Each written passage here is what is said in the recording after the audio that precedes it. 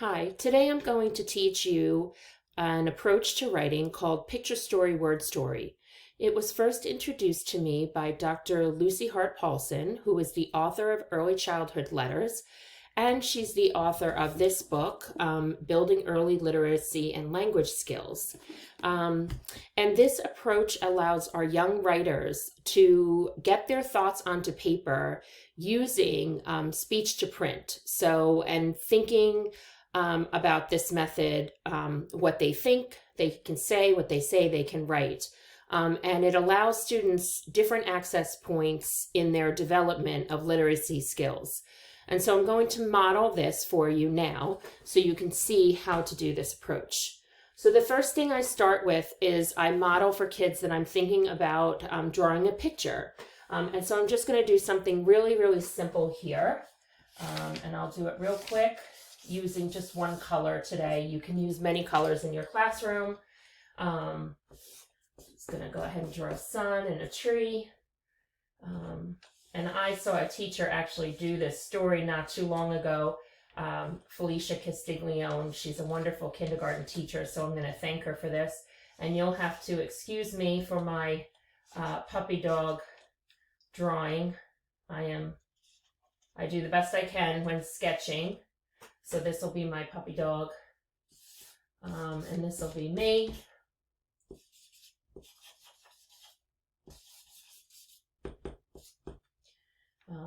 We're going to go ahead and draw, let's see if I could do this, a football. So my story is going to be, I play catch with my dog. I play catch with my dog. So in the classroom, after I draw the sketch with the students, I'm going to repeat my sentence many times, and this is how the method will go.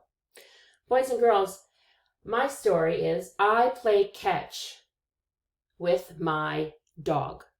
I play catch with my dog. 6 words. And I'm a teacher, so I've been writing for a really long time. So when you're an adult and you've been practicing writing for a really long time, this is the way your writing will look. I start with a capital letter, play, catch with my dog, period. So I start with a capital letter, I have spaces between my words, and this is called teacher writing. Some of you are just learning, and you know a lot of letters and a lot of sounds.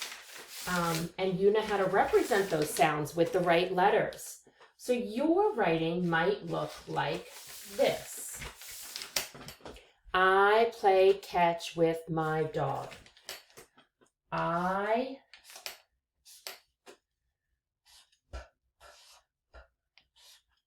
lay, catch, catch, with,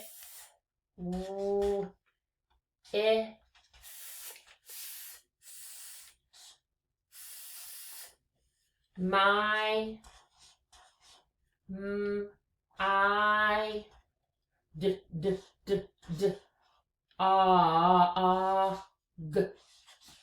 Play catch with my dog. And that's the way your writing might look. Catch with my dog. Some of you are just starting to learn the beginning and the ending sounds in words. The beginning and ending sounds in words.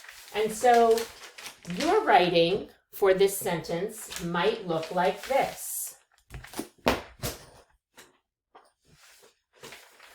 I play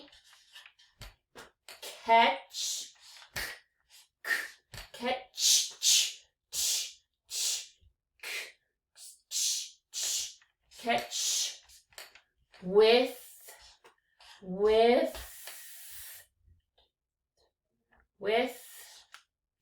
my, I, dog, dog, dog. And that's the way your writing might look. I play catch with my dog, and I leave my spaces and my capital and my period. Now, some of you are just learning beginning sounds in your words. Some of you are just learning your beginning sounds, and so your writing might look like this.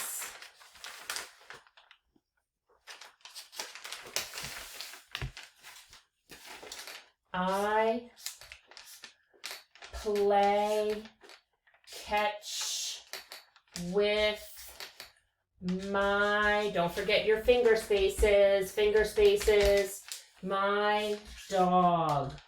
6 words, 1, 2, 3, 4, 5, 6. So your writing might look like this. Now, then I open this up and students can see different access points with when they're writing. And so they can determine which place they're going to try their writing. Beginning sounds, beginning and ending sounds, some sort of medial sounds, and teacher writing obviously would be for older students.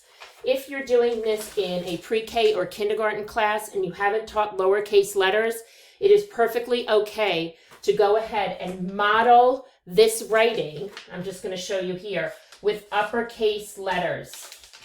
That would be perfectly okay for you to go ahead and model this without the lowercase letters. There's nothing wrong with that. And if you are in a pre-K class, you may wind up having an additional line here to model squiggle lines for their words. So I like to play with my dog. So it might look something like that with little spaces because they're not at the letter point because they haven't learned how to form them. So you're going to model typically one level above and below where your lowest or your highest students are. You may not have to do all these letters. So in a first grade classroom, levels, I mean to say. In a first grade classroom, you shouldn't have to do squiggles. And at the middle of the year, or maybe in November, you may not have to do initial sounds. So you could skip those kind of letter levels. But again, what we're doing is we're asking students to go play, and we're not saying pa, where we're dropping the chin and adding that additional sound on. So really make sure that you just clip those ending sounds onto your consonants. So play, and we could elicit from the students what letter represents that sound. So they might say P. With catch, you can see I put CK here. Students may say something. If most of the kids are saying CK or CH, then they know that. That's fine. They may guess at a letter. You may wind up leaving that off. With the same thing, if they don't get the vowel, you don't have to have those medial sounds in here.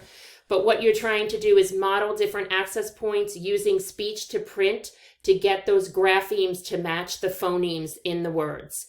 And so this is called, again, picture story, word story, picture story, word story. And it was first introduced to me by Dr. Lucy Hart Paulson. And I appreciate her sharing that with myself and the teachers that I work with in Southern Maryland. So I hope you enjoy using this method approach with your young writers.